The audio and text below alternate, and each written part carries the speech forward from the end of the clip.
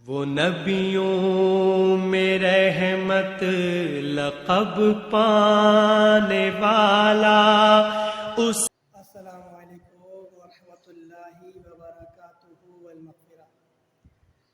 تمام احباب کیسے ہیں؟ خیریت سے ہیں؟ مجھے امید ہے تمام لوگ خیریت سے ہوں گے۔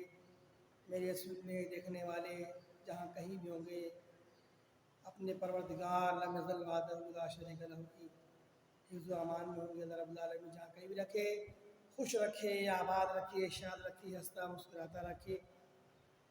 کافی دنوں کے بعد آپ کے سامنے حاضری ہوئی ہے۔ کچھ مصروفیات تھا اور کچھ رمضان مبارک کا برکت والا مہینہ تھا، اس کی رحمتیں برکتیں لوٹ رہے تھے، تو وقت نہ مل پایا۔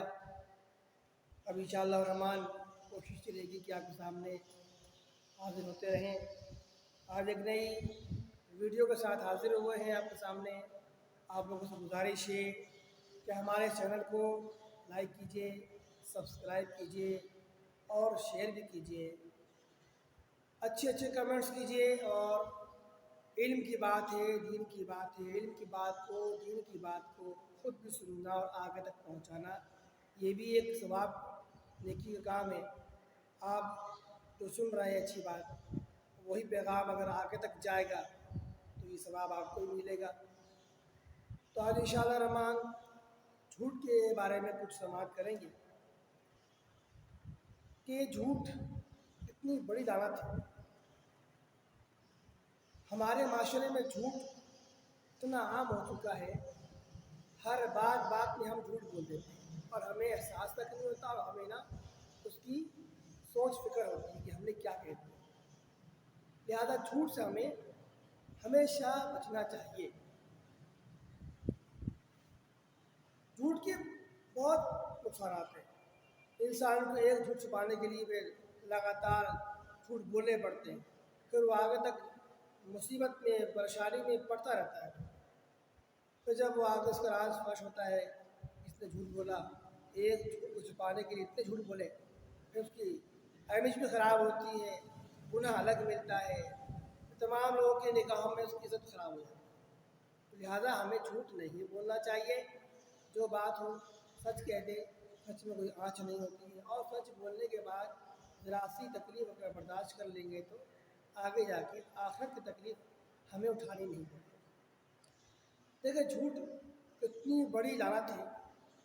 مروی یہ روایت میں آتا ہے، ایک بار سیدنا عیسیٰ علیہ نبینا و علیہ السلام سفر پر جا رہے تھے۔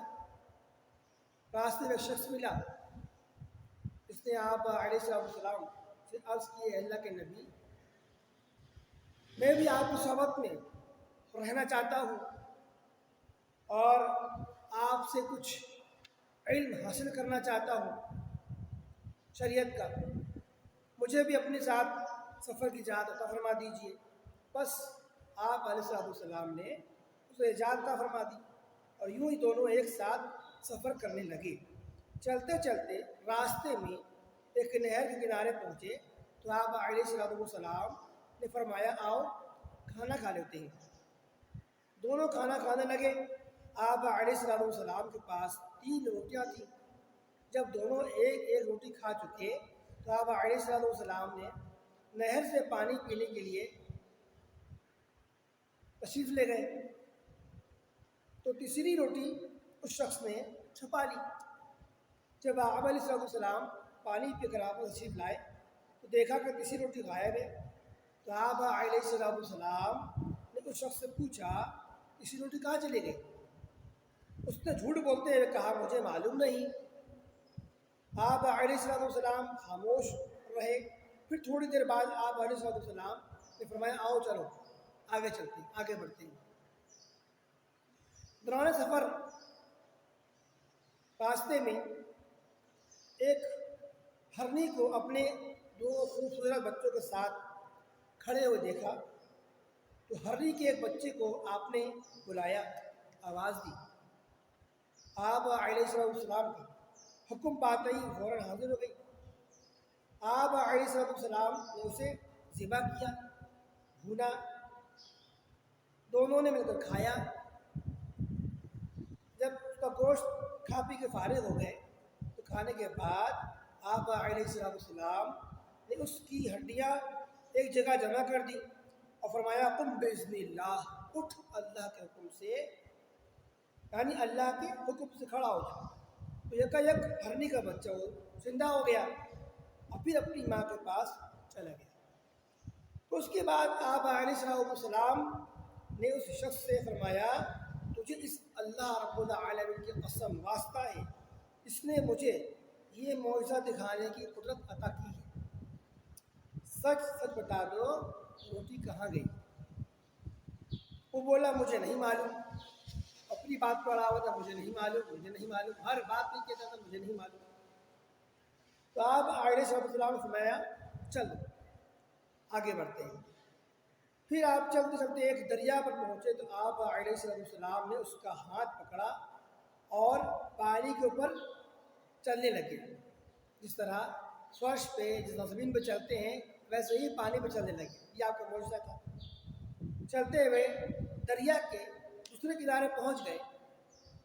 اب پھر آپ علیہ السلام نے اس شخص سے پوچھا تجھے اس اللہ تعالیٰ کا واسطہ قسم ہے مجھے بتا دو کہ روٹی کہاں گئی؟ یعنی آپ نے کہا مجھے اس اللہ کا واسطہ اس نے مجھے یہ معجزہ عطا کیا کہ تیرا ہاتھ پکڑ کے میں نے دریا عبور کر لیا چلتے ہی، اب بتاؤ روٹی کہاں گئی؟ اس نے کہا پھر وہی بات دہرائی کہ مجھے نہیں معلوم، مجھے نہیں پتا۔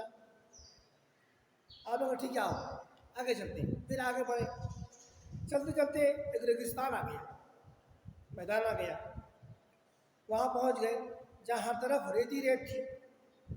آپ علیہ السلام نے کچھ ریت جمع کر کے فرمایا اے ریت اللہ کے حکم سے سونا بن جا۔ تو ریت فوراً سونا بن گئی۔ جب سونا بن گئی تو آپ علیہ السلام نے اس کے 3 حصے کر لیے، فرمایا ایک حصہ میرا اور ایک حصہ تیرا اور تیسرا حصہ اس کا ہے جس نے روٹی لی ہے۔ تو یہ سنتے ہی وہ شخص فوراً بول پڑا وہ روٹی میں نے لی تھی۔ کہاں وہ سفر سے شروع کرتے ہوئے آیا، آتے آتے راستے میں جھوٹ بولتا رہا کہ میں نہیں لی، مجھے نہیں پتا، ہر بار ہی بولتا۔ اب جب بات آئی سونا لینے کی تو فوراً بول پڑا کہ ہاں میں نے لی۔ تو جب آپ کو معلوم ہو گیا کہ روٹی، معلوم تھا کہ اللہ کے نبی ہے، معلوم ہوتا ہے، لیکن آپ اس کے منہ سے ہی اگلوانا چاہ رہے تھے کہ بتائیں یہ اپنی منہ سے خودی کی روٹی کس نے لی ہے، جھوٹ نہ بول، سچ بول دیں۔ جب معلوم ہو گیا، جب اس نے بول دیا اپنے منہ سے کہ ہاں روٹی میں نے لی ہے، تو سیدنا عیسیٰ علیہ نبینا و علیہ السلام نے اس شخص سے فرمایا کہ سارا سونا تیرا ہے، اب میرا اور تیرا سفر اتنا ہی تھا، اب تم میرے ساتھ نہیں چل سکتے۔ آپ نے اس کو چھوڑا اور چلے گئے۔ یہ تو بڑا خوش ہو گیا، سونا مل گیا مجھ کو اتنا سارا، اب سمیٹوں گا، لپٹوں گا، گھر جاؤں گا، بڑا عیش کروں گا۔ اب وہ شخص اتنا کہنے کے بعد روٹی میں نے لی ہے، پھر اب اللہ کے نبی نے چھوڑ دیا، چھوڑنے کے بعد آپ چلے گئے۔ تو عیسیٰ علیہ السلام نے اس شخص سے فرمایا سارا سونا تم ہی لے لو، بس میرا اور تیرا اتنا ہی ساتھ تھا۔ اتنا کہنے کے بعد آپ علیہ السلام اس شخص کو وہیں چھوڑ کر آگے بڑھ گئے، روانہ ہو گئے۔ اتنا سونا مل جانے پر بڑا خوش تھا، جب سارا سونا ایک چادر میں لپیٹ کر واپس گھر لوٹنے لگا تو راستے میں 2 شخص ملے جنہوں نے اس کے پاس اتنا سارا سونا دیکھ کر اسے مارنے کی کوشش کی اور سارا سونا چھیننے کی کوشش کی۔ ارادہ کیا کہ اس کو قتل کر دیں گے اور سارا سونا ہم چھین لیں گے۔ لہذا جب اس نے دیکھا کہ یہ دونوں مجھے مار دیں گے تو کہا ایک کام کرو، صبر کرو، مجھے مارو مت، یہ سونا ہم تینوں تقسیم کر لیتے ہیں آپس میں۔ لہذا ان میں سے ایک حصہ تمہارا ہوگا، ایک حصہ میرا ہوگا، ایک اس کا ہوگا، 3 تقسیم کر لیں گے۔ تو ان میں سے ایک شخص بولا ایک کام کرو، اس میں سے تھوڑا سونا جو ہے وہ لے کے چلے جاؤ بازار اور وہاں سے جا کر کچھ کھانے پینے کے لیے لے آؤ، کچھ بھوک لگی ہوئی ہے، پہلے کھا لیں گے سکون سے، اس کے بعد تقسیم کریں۔ تو ان میں سے ایک شخص بازار گیا اور جانے کے بعد وہاں سے کھانا لیا اور لے کے جو ہی آنے لگا تو اس کے دل میں ارادہ ہوا، خیال آیا، اتنا سارا سونا وہ شخص لے جائے گا، ایک کام کرتے ہیں، کھانے میں زہر ملا دیتے ہیں تاکہ دونوں شخص کھا کے مر جائیں گے، سارا سونا میرا ہو جائے گا۔ اور وہ دونوں شخص جو وہاں بیٹھے تھے سونے کے پاس، وہ الگ ایک پلان بنا رہے تھے کہ ہم اس کو کیوں حصہ دیں سونے میں سے، ایک کام کرتے ہیں، جیسے ہی وہ آئے گا ہم اسے مار دیں گے، جب مار دیں گے تو تمام سونا ہم آپس میں ڈسٹریبیوٹ کر لیں گے، تقسیم کر لیں گے۔ اب جیسے اس نے پلان بنایا، کھانے میں زہر ملایا اور ملا کے جو ہے نا لا کر دیا، جیسے ہی وہ کھانا لے کر آیا ان دونوں نے فوراً پہ حملہ کر دیا، اس کو مار دیا۔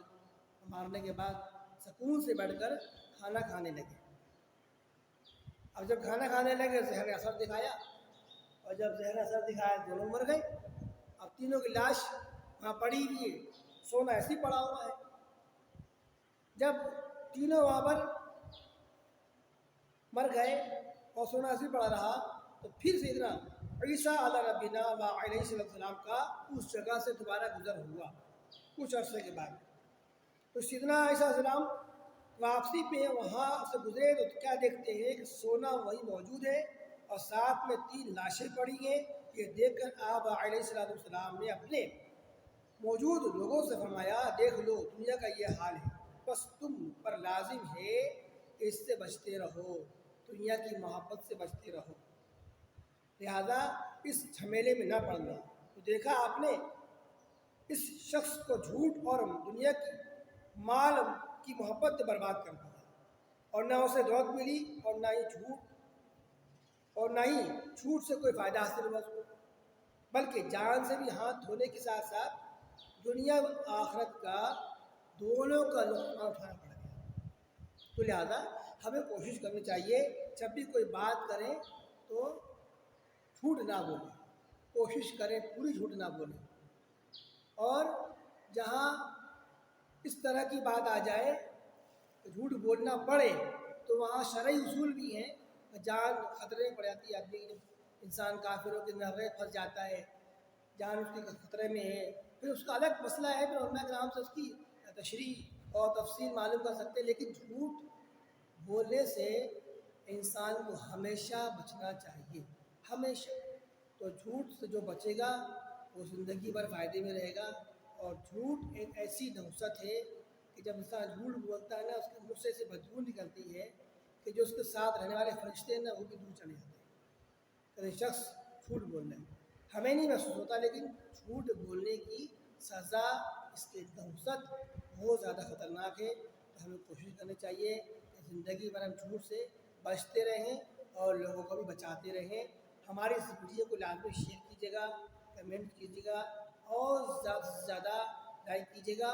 اور جنہوں نے ہماری اس ویڈیو کو سبسکرائب نہیں کیا ہے چینل کا نام ہے ابوالحسان عامر قادری، اس کو سبسکرائب کر لیجیے تو آپ کو انشاءاللہ الرحمن ہر ویڈیو وقت مل جائے گا۔ السلام علیکم ورحمۃ اللہ وبرکاتہ۔